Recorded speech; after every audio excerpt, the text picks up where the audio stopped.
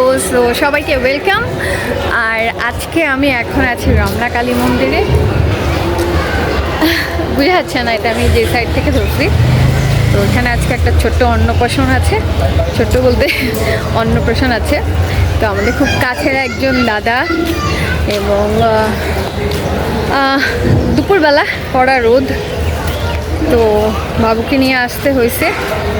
এই তো প্রায় শেষের দিকে, এখন আমরা খাওয়া দাওয়া করে চলে যাবো।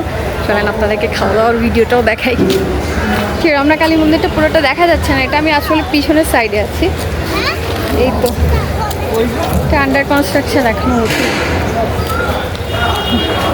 আজকে এত লোক, আর ওই খাবারের ভিডিওগুলো করতেই পারলাম না। বাচ্চা এত ঝামেলা করে, যে ছোট বেবি আছে সেই বুঝবে। এই যে বাবু নিয়ে অনেক রোদ, আমরা বাসায় চলে যাচ্ছি। আমি জানি না আজকে কেন এত লোক এখানে, অনেক রকম প্রোগ্রাম আজকে ফ্রাইডে। তো শুক্রবারটাতে মনে হয় এরকম প্রোগ্রামগুলো হয়ে থাকে রমনা কালী মন্দিরে।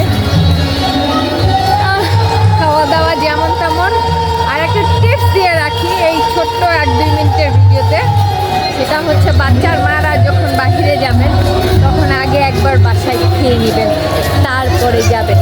কারণ ওখানে যে আপনি কিছুই খেতে পারবেন না, সামান্য কিঞ্চিত কিছু একটু ছাড়া। তো ওকে, ভালো থাকবেন, টাটা, বাই বাই।